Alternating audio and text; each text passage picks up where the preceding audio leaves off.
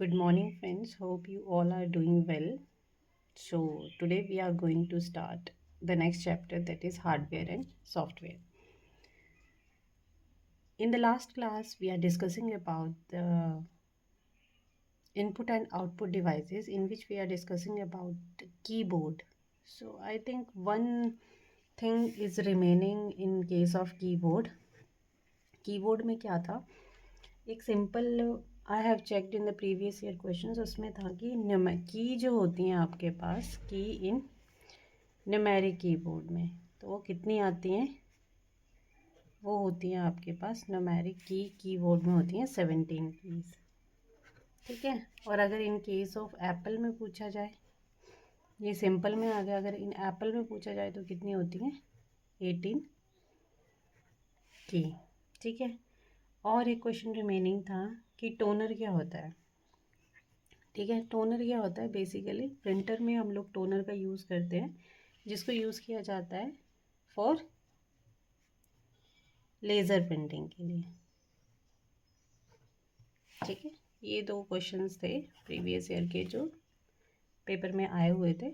So let's start with the today's chapter, that is hardware and software.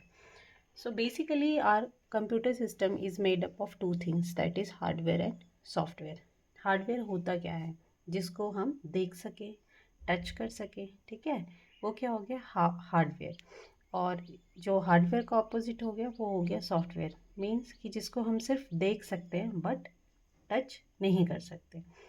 ठीक है। तो hardware क्या होता है? बेसिकली फिजिकल कंपोनेंट होता है किसी भी कंप्यूटर सिस्टम का, जिसको हम लोग टच कर सकते हैं, फील कर सकते हैं। ठीक है। जैसे एग्जाम्पल आ जाएगा आपका हार्डवेयर के केस में, कीबोर्ड हो गया, ठीक है, मॉनिटर हो गया, और क्या हो गया आपके पास? सीडी होगी, mouse, UPS, hard disk, motherboard. ठीक है। तो ये सारा का सारा क्या आ गया आपके पास? हार्डवेयर हो गया।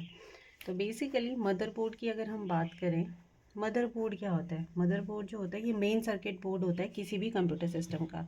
मदरबोर्ड इज क्या होता है? Main circuit board of computer system. ठीक है। इसमें क्या होता है? बेसिकली ये कनेक्टिविटी प्रोवाइड करता है किस किस के बीच में, जैसे सीपीयू के बीच में, मेमोरी के बीच में, जितना भी काम होता है आपका मदरबोर्ड का होता है। ठीक है। ये क्या करता है? कम्युनिकेशन प्रोवाइड करता है, जैसे सीपीयू, मेमोरी एंड अदर जितनी भी पेरिफेरल डिवाइसेस होती है। अब आप बोलोगे पेरिफेरल डिवाइसेस क्या होती है? पेरिफेरल डिवाइसेस जो किसी एक सिस्टम के साथ कनेक्ट होती हैं, जैसे मैंने आपको बोल दिया कीबोर्ड, मॉनिटर, ये सारी क्या है आपके पास? पेरिफेरल डिवाइसेस है। ठीक है। और ये जो सर्किट होता है हमारे पास, ठीक है, मदरबोर्ड में जो सर्किट होता है ये हमारे पास एक चिप को कंटेन करके रखता है, जिसको बोलते हैं हम माइक्रो प्रोसेसर चिप। ठीक है। और ये चिप क्या करती है? प्रोवाइड करवाती है हमारे पास डेडिकेटेड स्टोरेज को। ठीक है। डेडिकेटेड स्टोरेज की लोकेशन को, जिसको हम क्या बोलते हैं? Is known as register. ठीक है। जो डेडिकेटेड स्टोरेज लोकेशन होगी हम उसको बोलेंगे रजिस्टर। जो रजिस्टर जो होते हैं वो बेसिकली आपके पास 5 टाइप्स के होते हैं, that is first one is accumulator register. ठीक है। Second one is instruction register, third one is address register, fourth one is storage register and fifth one is program register. ठीक है। ये 5 क्या होते हैं आपके पास? टाइप ऑफ रजिस्टर होते हैं। अब बेसिकली इनका काम क्या होता है? जो आपके पास एक्यूमुलेटर होता है, एक्यूमुलेटर रजिस्टर, ये क्या करता है? रिजल्ट को स्टोर करके रखता है, जो भी लास्ट टास्क परफॉर्म हुआ होता है, किसके द्वारा? अर्थमेटिक लॉजिक यूनिट के द्वारा। ये क्या करता है? स्टोर करता है, store the result of last performing step of ALU, that is arithmetic logic unit. Next आता है आपके पास इंस्ट्रक्शन रजिस्टर। इंस्ट्रक्शन रजिस्टर क्या होता है? ये इंस्ट्रक्शंस को होल्ड करके रखता है।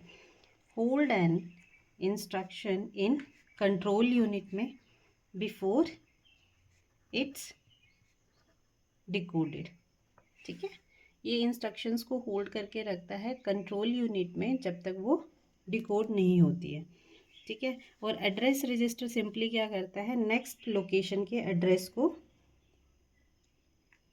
होल्ड करके रखता है। ठीक है, ये क्या करता है?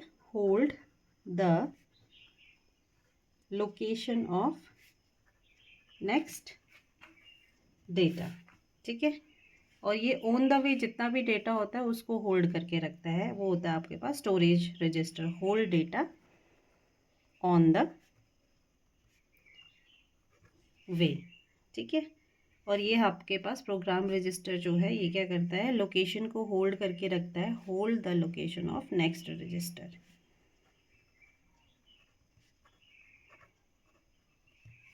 ठीक है, सो बेसिकली ये 5 जो आपके पास रजिस्टर है इसमें से आपका कोई एक एमसीक्यू बन सकता है। ठीक है, इसके अलावा इस चैप्टर में आता है SMPS। ठीक है, इसकी फुल फॉर्म पूछी जा सकती है, स्विच मोड पावर सप्लाई। ठीक है, और दैट्स ऑल अबाउट हार्डवेयर। ठीक है, नेक्स्ट हम डिस्कस करेंगे दैट इज़ सॉफ्टवेयर। सॉफ्टवेयर में भी ज़्यादा कुछ नहीं पूछा जा सकता। सॉफ्टवेयर क्या बताया मैंने आपको कि जिसको हम लोग सिर्फ देख सकते हैं, टच नहीं कर सकते। ठीक है, जो कि एक हार्डवेयर नहीं होता है, जो कि एक सॉफ्ट कॉपी होती है। ठीक है, तो सॉफ्टवेयर क्या होता है आपके पास? बेसिकली 3 टाइप का होता है। The one is system software. ठीक है, the second one is application software and the third one is utility software.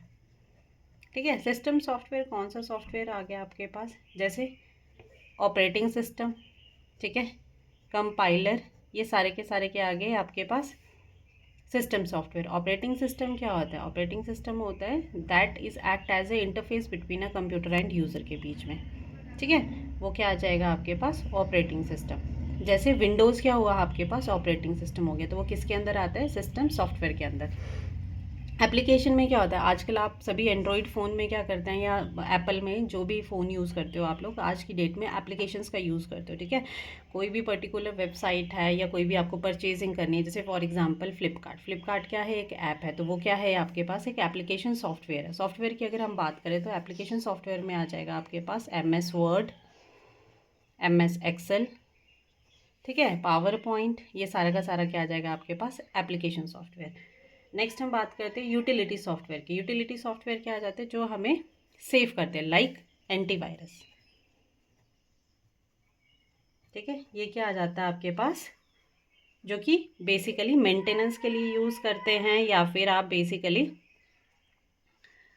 Recovery के लिए यूज़ करते हैं, that is called as a utility software. So I think that is sufficient about this chapter, hardware and software. Not more than any question is asked about this chapter. So that's all for today. Thank you.